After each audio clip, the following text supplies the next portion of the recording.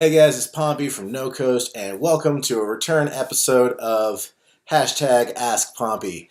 Um, this episode comes from what was the talk of the Guerrilla Warfare Forum today, which has to do with, I guess, league roster and league loyalty, and it ultimately culminated in Pyrex making a couple of live vids in there, in which, among other things, he asked some legitimate questions about like what it means to be on a league's roster, and the answers are kind of complex. I wanted to take this chance to break down what I think of it.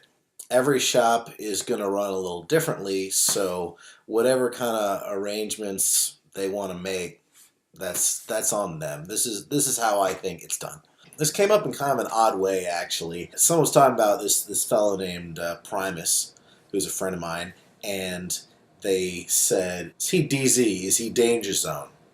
And someone said, "Yeah, he's Danger Zone." And I said, "Well, he's No Coast." And they're like, "Well, which is it?" I said, "Well, it's probably both. I don't know. Like, what? Why would it need to be one or the other?"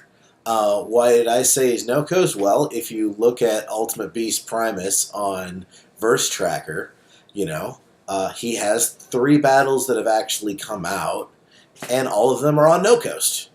And he debuted on No Coast. So I know that he has battled in Midwest Militia, and he has battled in Danger Zone, and I think those are just pending release. And I think he's also co-organized an event with DZ recently. And in some capacities, he's helped out with some of my events too. You know, we tend not to like publish lists of who's staff of what division and who isn't, because it's this ever shifting collective of people that are just kind of pitching in to help make something happen. You know, people are trying to turn this into like, well, what's his affiliation?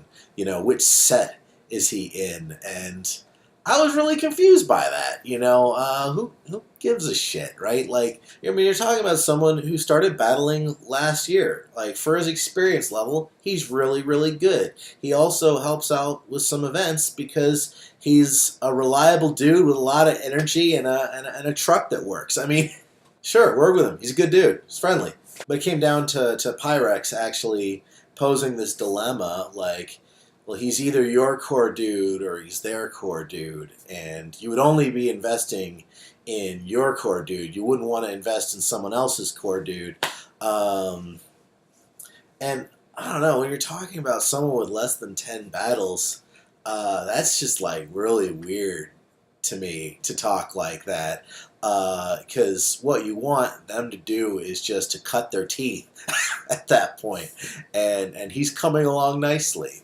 The main point under contention is whether rosters are exclusive. Whether you can be roster on one league and another at the same time, and what would that mean? Part of the reason I think that this is important to talk about is because, to a certain extent, some of the big platforms have started to want certain names to be exclusive, to only battle on, say, King of the Dot, or to only battle on URL, or in some way restrict the types of opportunities their roster can engage in if they still want to be on the big leagues. Now, I think in some ways that's a destructive business model to get into. Like, it would ultimately be bad for the culture, and maybe even bad for the leagues. Even the biggest leagues might be bad in the long term. But in the short term, it's bad for everyone but them.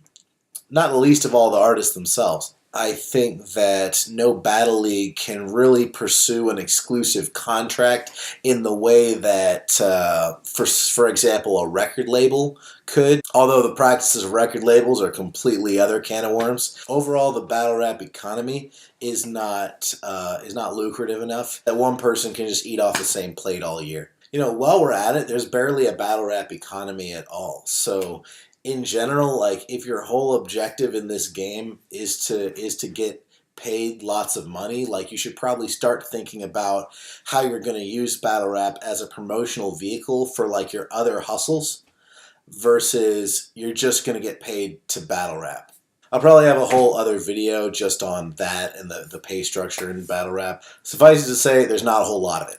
Now, there's certainly a difference between wanting people to be completely exclusive to your platform versus wanting them just to be exclusive for some length of time during the promotion cycle of one thing. For instance, it's been said that while you're the title holder of King of the Dot, you're not supposed to battle on other leagues. You know, you're just supposed to defend the title until you don't anymore.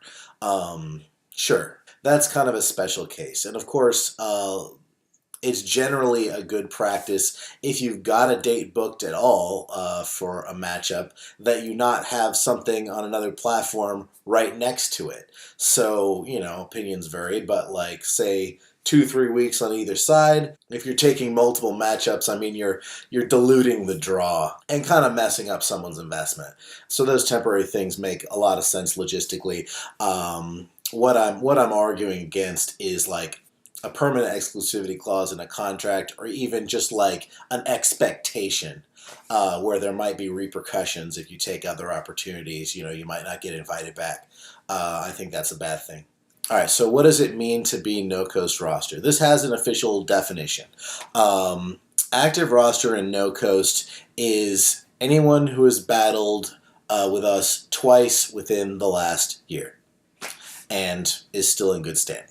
In 2017, we released over 100 battles, so there are quite a lot of people who are quote-unquote active in no-coast across the different cities. Probably, though, what Pyrex means is not just anyone who's battled with us recently, but what I might call our core roster, our main guys, you know, the guys we're trying to put on, the ones we specifically are trying to move up the chessboard. Yes, like if someone's not one of your main guys, why would you invest in a big name for them if they're someone else's main guy instead or something? I mean, that may or may not be a factor. You know, the closeness of our affiliation with any one battler is on a whole spectrum. It's not like an in or out thing. And my agenda for someone, to the extent that I have a plan for them at all, is widely dependent on their experience level. Ultimately, sure, I want everyone that I regularly work with